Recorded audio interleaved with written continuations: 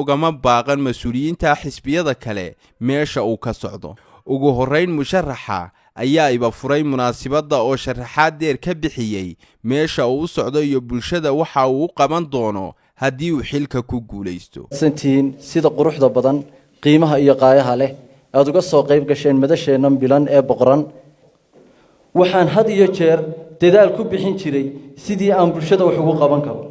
aniga iyo asxaabtaydu aan ugu horeeyo aan isu garto inaan ahaa ka ugu mudan sidoo kale waxaan had iyo jeer muruq maskax iyo maalba gelin jirnay wixii danteenu ku jirto waxaan karti iyo waaya aragnimo u leeyahay inaan bulshadayda wax u qaban karo waxna ku soo kordhin karo ninkii timir beeray iyo ninkii tiintiin talaalayba taariikhdu iyada qoraysa xusaysa qeexaysa isla markaasina sheegaysa halkii uu isagu ka soo bilaabay iyo wixii uu sababtii ugu jeeday taasina waa tan markasta nagu diraysay inaanu bilowno barnaamij bulshada markasta u dana in badan waxaad maqlayseen ka warqabteen inaan ahaa musharax gole deegaan ujeedada ugu weyn ee igu kaliftay inaan isi soo sharaxo ma aha inaan maaldoon ahay ma aha inaan mansab doon ahay ma aha inaan magac doon ahay muhiimadda iyo ujeedada ugu weyn ee aan ka lahaa waa inaan bulshadayda ku anfaco ceeri gaabadan aynu aragno intaana aynu arkaynay ee asaageed iyo kii kale iyo kii hadhayba kaga hadhay innaguna aynu ka reebnay ma nihin inaynu taa mar kasta isu xil saaro aynu ka saaro xaaladahan ay ku jirto innagoo gelinayna xaalado kuwan ka qurux badan mustaqbalkeena iyo kuweena dambe iyo kuwa dhabarkeena ku jirana hagaajinayna waxaynu mar kasta aan intaa ugu soo wadnay una soo istaagay waa inaan hadday dhan biyood dhan baahiyo asaasiya dhan waxbarasho dhan caafimaad dhan dhalinyaro dhan dhaqaale dhan sportis iyo dhammaan dhankii loogu negaan lahaa ee loogu noolaan lahaa hadday tahay bilicda hadday tahay baahiyaadkeena asaasiga inaynu kor u qaadno taasaa igu kaliftay inaan halkan isu soo taago waxaana ii muuqday godoloolooyin aan rajaynayo sugayona ilaahayna ka sugayo inaan buuxin doono intaan noolahay waxaanu bilicda ka bilaabayna waa dhirayn inaan magaalada ku samayno sidoo kale inaynu samaysano oo aan ku dadaalo weliba sidii loo samayn lahaa qorshaheediina hayo sidii magaaladu ku heli lahayd laamiyo kuwan inoo yaala ka qurux badan kuwa horena loo dayactiri lahaa kow waxa weeye in magaaladu ay hesho meelo dadka iyo shilada iyo baabuurtu ku kala badbaadaan maalin kasta waxaad arkaysaa oo makhraati aynu ka nahay in waayeelkeennii laamiyada dhexdooda gaadhi ku jirayo because of ma haystaan meeluu qofkii muwaadinka ahaa uu naftiisa ku badbaadin karo kale waa meel waxbarashada iyo dhallinyarta iyo dhammaan baahiyaadka asaasiga wax lagaga qabto hadday tahay biyo hadday tahay bilic hadday tahay koronto hadday tahay dhammaan baahi kasta oo bulshada magaalada ceeri gaabo oo degmo ahaana ay doonayso waa meesha lagu qabto loona baahan yahay inay shaqada isu garato idinkana waxa la idinka baahan yahay inaad qiimaysaan almiinu marka u horeysa aad weydiisaan qofka idinla waan sharaxanahay maxaad ku sharaxantay xagaadse ku socotaa taasi waxay keenaysaa inuu qofku garto halku ku socdo ee ka horeysa inay tahay meel aan ahayn in loo shaqo tago ay tahay in meel masiir umadeed lagaga shaqeeyo si siman oo cadaalada bulsho shiman oo sharciga loogu shaqeeyo taasaa muhiima qofkuna waxay keenaysaa inuu isweydiiyo intaanu tegin aydan idinkuna dooran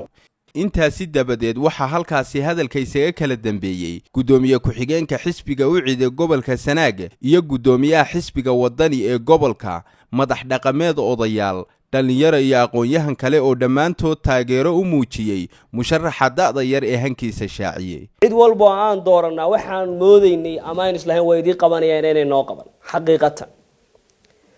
ergaabana uma baahna daara dhaadheer oo la dhiso wadooyin la iska jeexjeexo iyo wax la mida waxay u baahan tahay dad in la dhiso laga dhaadhiciyo dhulka inay iyagu leeyihiin si iyagu u dhistaan oo ay u waaraan oo ay u horumaraan oo ay u tashtaan waxay u baahan tahay xildhibaan isku keena ergaa waxay u baahan tahay golayaal deegaan ama gole deegaan ama xildhibaano isku keena dadka kala fadhiya Axmed oo dhalinyarada ka socda isla markaana u soo istaagay halkan inuu reer ergaabo isku soo sharaxo loo qabo dhalinyaro golayaasha deegaanka ku matasha dhalinyarada waxaanu isweydiinay yaa qaban kara shaqadan yaa mudan kuma idigu dhugasho xilkasnimo hawkarnimo iyo karti badan yaa idinkoo inama oo aan isku reer ahayn oo aan qolo u kala socon yaa tidhaahdaan saaxiib waad ku habboon tahay halkaa ee isku sharax waa kugu taageeraynaa axmed weli baan anagu sidaa ku nidhi oo caawaydii hor taagan aan rajaynaya inaad idinkuna ku dhaqi doontaan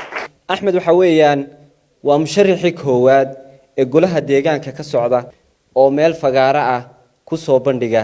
aragtidiisa siyaasadeed sidoo kalena qorshihiisa uga warrama shacbi weynaha reer Cerigabo sidaa uu jaamac sheegay axmed kama socdo reer laakiin wuxuu ka socdaa Cerigabo dhan sababtoo ah qofku waxa lagu doortaa aragtidiisa ee laguma doorto reernimadiisa ujeedadeenii biyo jaban iyo leer jaban halgan adag oo ilaa xarig loo geystay ayuu galay waan hubaa anigu xildhibaanka ay matali doona beritoole inuu axmed noqon doono oo bulshadiisa u adeegayay markaynu leenahay qof bulshadiisa u adeegaya axmed oo kale ayaynu dooran karnaa qodobka labaad aynu ku dooran karno axmed waa nin wax bartay oo dhalinyaro ah xildhibaanada qaar ina matalaya oo reer Sanaagi aqoon ma laha waxaynu doonaynaa aqoontu inay sareyso dadka wax bartay inay sareyso si bulshadii ay uga dhex muuqato musharax axmed waan qaadanay horaan u qaadanay caawana madashiisii baan joognaa isagoo soconaya oo lugihiisa ku soconaya ayuu noo yimi axmed aanay wadin wax madax dhaqameeda wax siyaasiyiina wax xubno kale ah wuxuu markiiba noo sheegay sababaha iyo duruufaha ku kalifay ee uu sharaxan yahay runtii waan la qaadanay anagu taasi waxay daliil nool u tahay in axmed aanu u sharaxnayn xisbi gaar ah iyo cid gaar ah ama beel gaar ah laakiin uu axmed u sharaxan yahay degmadeena iyo horumarkeeda halka xisbiyada kale ay iyagu ku doortaan wax inay sameeyaan nidaam cid ugu tunka weyn marka ay eegtaan ku qaadanay haddaan nahay dadweynaha reer Cerigabo musharax axmed ismaaciil xasan bandhigan uu soo bandhigay ee uu magaranaysaa isku soo sharaxay aad baan u soo dhaweynaynaa codkaygana waanu siin doonaa annagoo aan ku siinayn sida ay sheegeen dhalinyarada tan iyo isaguba qabyaalad maadaama aanu axmed isku ururaanu ahayn isku meel ahayn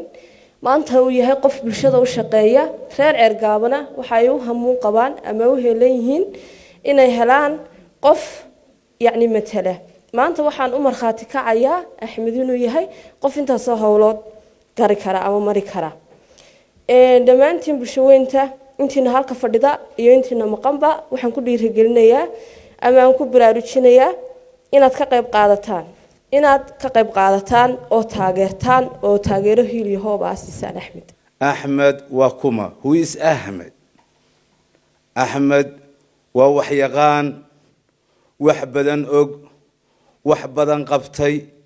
wax diidi kara wax yeeli kara in wax la noqdo